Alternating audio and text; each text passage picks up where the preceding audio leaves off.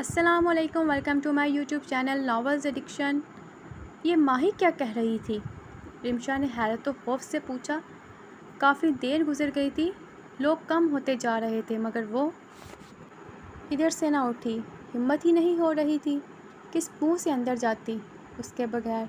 جب رمشا اس کے پاس آئی، پہلے تو اسے اٹھانے کی کوشش کرتی رہی مگر جب وہ نہ اٹھتی تو اس کے پاس ہی بیٹھتی بولی تھی۔ آئے نور نے شدت سے دکھتے سر کے سنگ اسے دیکھا۔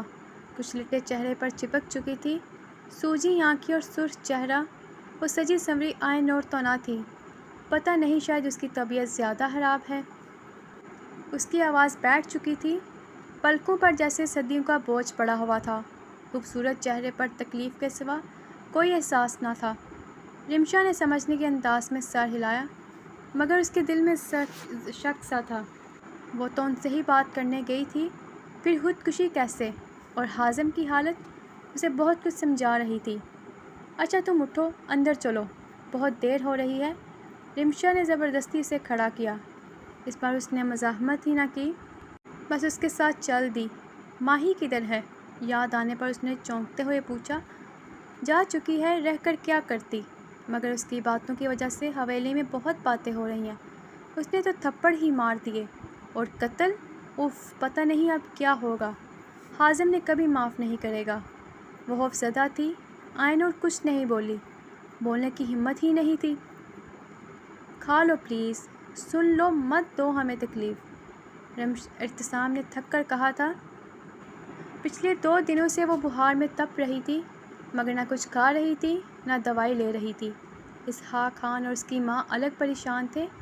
وہ ذرا سی ہوش میں آتی پھر وہی باتیں کرتی جو ناقابل یقین تھی، پھر رونے لگی اور پھر بے ہوش۔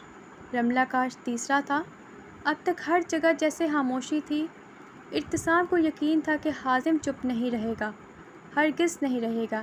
ایسے میں اس کی خاموشی برداشت تو سمجھ سے باہر تھی، اوپر سے ماہرہ۔ وہ اب جھوٹ بول، بس کر دو، خدا کا واسطہ ہے، بس کر دو ماہی، تم اپنی زندگی کیوں مشکل بنا رہی ہو؟ وہ مر چکی ہے، وہ شدت سے چلایا۔ کہتے ہوئے اس کا دل میں ٹیسے سی اٹھی۔ ماہی نے نم آنکھوں سے اسے دیکھا۔ بخار کی حدت سے چہرہ سرخ ہو رہا تھا، بکھرے بال اور ماتھے پر بندھی پٹی وہ 2 دن میں جیسے بدل کر رہ گئی تھی۔ مر گئی ہے تو جائیں، سب مر جائیں، میری بات پر یقین نہیں ہے؟ میں یہاں پاگل ہوں، جھوٹ بول رہی ہوں؟ ہاں، سمجھ نہیں آ رہا کسی کو؟ کوئی نہیں سن رہا، کوئی نہیں سن رہا۔ ایک دم اس کا ہاتھ جھڑکتے وہ چلاتے ہوئے بولتے رو پڑی تھی۔ اس کی ماں بھی رونے لگی۔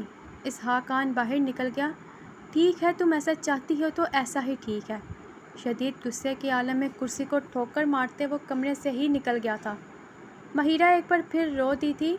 اس کا تیسرا تھا اور وہ نہیں گئی۔ کیسے جاتی؟ وہاں تھا کون؟ اور اتنی ہمت کیسے جمع کرتی؟ رملہ کی موت نے اسے توڑ دیا تھا۔ پھر دکھ یہ تھا کہ کوئی اس کا یقین نہیں کر رہا تھا۔ سب کو لگ رہا تھا کہ وہ صدمے میں ہے مگر وہی جانتی تھی یہ اس سچ کا صدمہ تھا جسے کوئی مان نہیں رہا تھا۔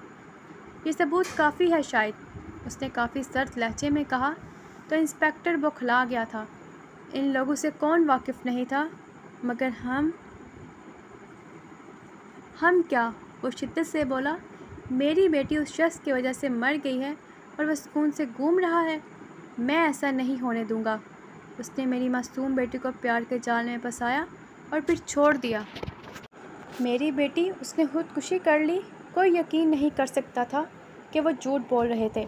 ان کے لہجے سے سچ کی بو آ رہی تھی، ان کی آنکھوں میں آنسو تھے۔ وہ تو ویسے ہی ان دونوں بہن بھائی کو سبق سکھانا چاہتے تھے مگر یہ سب اتنا آسان تھا، انہیں نہیں پتہ تھا۔ رملہ کی آخری کال کی ریکارڈنگ نے ان کا سارا کام آسان کر دیا۔ اور بھی کافی کالز تھیں جو اس نمبر سے کی گئیں اور آئی گئی تھیں۔ پھر وہ پیسے والے تھے، ان کے ہاتھ میں سب کچھ تھا۔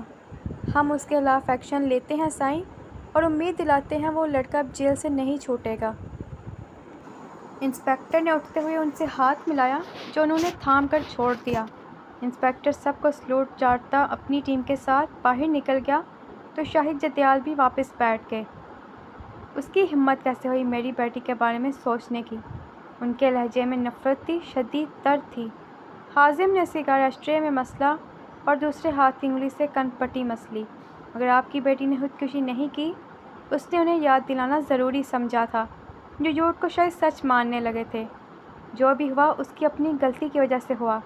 تمہاری یا میری غیرت ہرگز برداشت نہ کرتی جو اس نے کیا۔ کل کو اگر کبیر کو پتہ چلتا تو وہ بھی یہی کرتا، مگر تم بھول جاؤ کہ یہ قتل تھا، یہ خودکشی ہی تھی۔ میں نہیں چاہتا کہ کوئی تم پر شک کرے۔ وہ اسپاٹ لہجے میں بول رہے تھے۔ قمر جدیال کچھ پریشان اور نادم لگ رہے تھے۔ وہ بچی ان کے سامنے بڑی ہوئی اور سامنے مر گئی، بے وجہ قتل۔ ان کا دل خوف زدہ تھا۔ اور پھر کبیر کی کوئی خبر نہیں تھی۔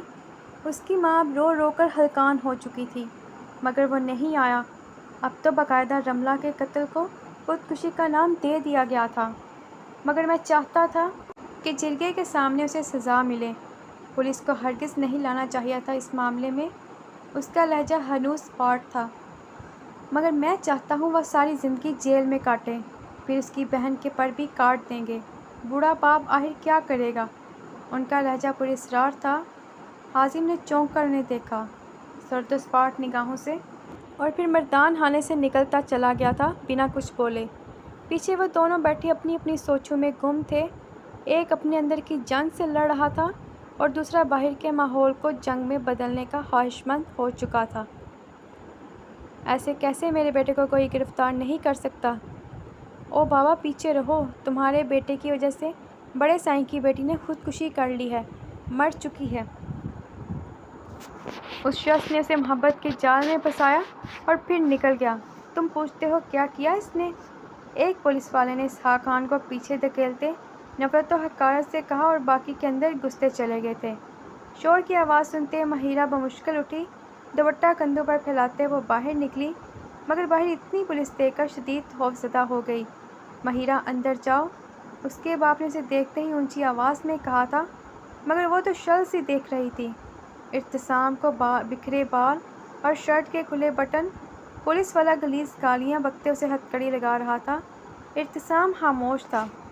میرے بیٹے نے کچھ نہیں کیا، یہ سازش ہے، سازش۔ اس نے کچھ نہیں، اس کی ماں منتیں کر رہی تھی۔ بائی، اس کے لب حیرت و صدمے سے ہلے۔ ہمیں کچھ وقت دو۔ او بابا، باتیں تھانے میں ہوں گی۔ عاشقی کرنے سے پہلے سوچنا چاہیے تھا نا۔ اتنے بڑے لوگوں کی لڑکی پر گندی نظر رکھی، اب ساری زندگی جیل میں کٹے گی۔ اور وہ لمحے میں سب سمجھ گئی۔ دیوار کا سہارا لیتے اس نے خود کو گرنے سے بچایا، مگر آنسوؤں کو کیسے بچاتی گرنے سے؟ ابھی پہلے زخم ٹھیک ہی کب ہوئے تھے جو اور مل گئے؟ حازم کے لیے دل میں اور نفرت بڑھ چکی تھی۔ وہ پتھرائی نگاہوں سے انہیں دیکھ رہی تھی۔ اس کی ماں رو رہی تھی، اس کا باپ منتیں کر رہا تھا، جبکہ ارتسام کو اس نے کچھ نہیں کہتے دیکھا۔ وہ خاموش تھا، رملہ کی موت کے بعد خاموش تو ہو گیا تھا، مگر ابھی ایک لفظ بھی نہیں بولا، شاید بول ہی نہیں سکا۔ جس لڑکی سے اس نے شدید محبت کی، اس لڑکی کی موت کا الزام لگ چکا تھا اس پر۔ کیا کہتا؟ کچھ بتا تو کہتا۔ رملہ کی موت کا ابھی تک اسے دکھ محسوس نہ ہوا، تکلیف نہ سہی۔ ابھی تک وہ جس حالت میں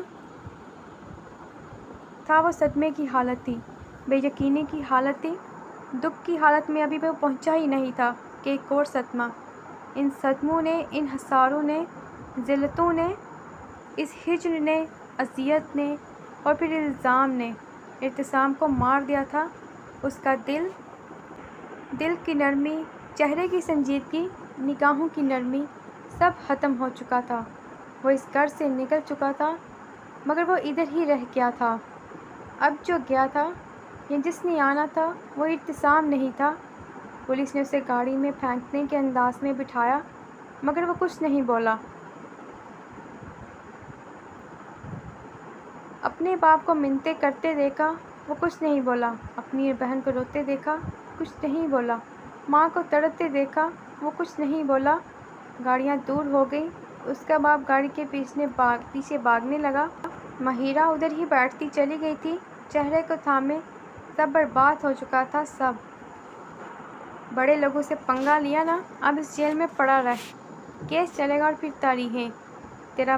تیرا باپ ذلیل ہوگا عدالتوں میں، پھر تجھے پتہ چلے گا۔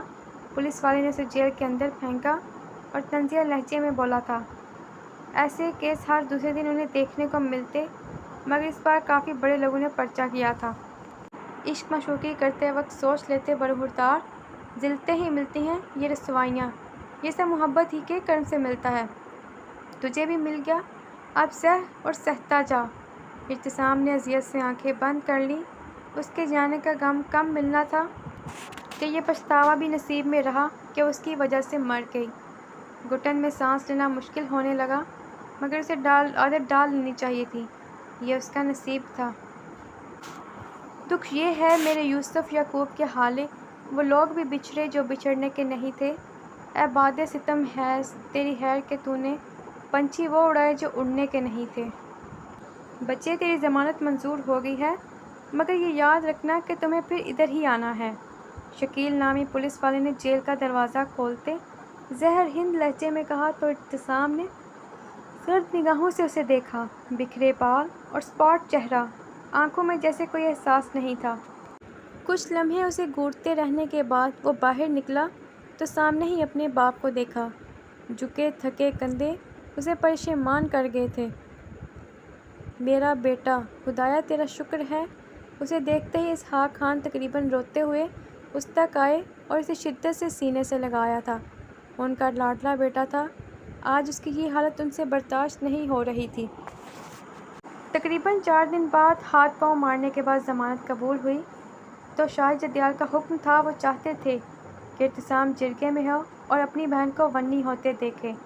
ہم سب ٹھیک کر لیں گے بیٹا، تو نے ٹینشن نہیں لینی، وہ اسے جیسے بلانا چاہ رہے تھے۔ ابتسام یہ نہ کہہ سکا کہ اگر کچھ بچتا تو ٹھیک کرتے، جب سب ختم ہو چکا تھا تو کیا ٹھیک کرتے۔ کل بڑے سائیں نے جرگہ بٹھایا ہے، مجھے تو سمجھ نہیں آ رہی کہ پولیس کو ساتھ ملا کر اب جرگہ کیوں بٹھایا ہے۔ وہ کافی پریشان لگ رہے تھے۔ ابتسام ایک دم چونکا۔ جرگہ؟ اب وہ جرگے میں کیا چاہتا تھا؟ اس کا دماغ چل ہونے لگا۔ وہ کب سے اس کے سینے لگے روئے جا رہی تھی۔ رملہ کا دکھ کم تھا کہ اب ابتسام کا دکھ؟ پچھلے 3-4 دن سکتے میں ہی گزرے تھے۔ ابتسام کی کیا غلطی تھی جو اس کے ساتھ کیا تھا؟ اب تم چپ ہوگی کہ نہیں؟ وہ اب سنجیدگی سے بولا تھا۔ اس کا رونا کب برداشت تھا؟ اس کی ماں کبھی اس کے بال ٹھیک کرتی تو کبھی رونے لگتی۔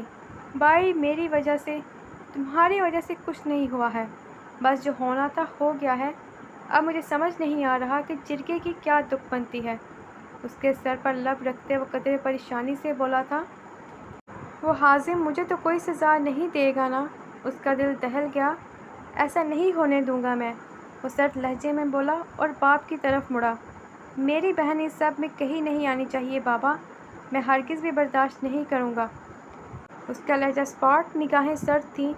اسحاق خان کچھ نہیں بولا۔ ایک طرف لاڈلا بیٹا، دوسری طرف جوان بیٹی، کس کو چنتا؟ کچھ نہیں ہوگا تیری بہن کو، اللہ نہ کرے کچھ ہو۔ ماں نے لم لہجے میں کہا، میں تیرے لیے کھانا بناتی ہوں، تو تب تک تھوڑا آرام کر لے۔ وہ محبت سے بولی تھی۔ ماہرہ نے تھکن زدہ سا چہرہ اس کے کندھے پر رکھ دیا۔ ابتسام کے ہوتے اسے خوف نہیں تھا، مگر ابتسام، اس کا کیا ہوتا؟ اس کا دل زخمی ہوتا جا رہا تھا۔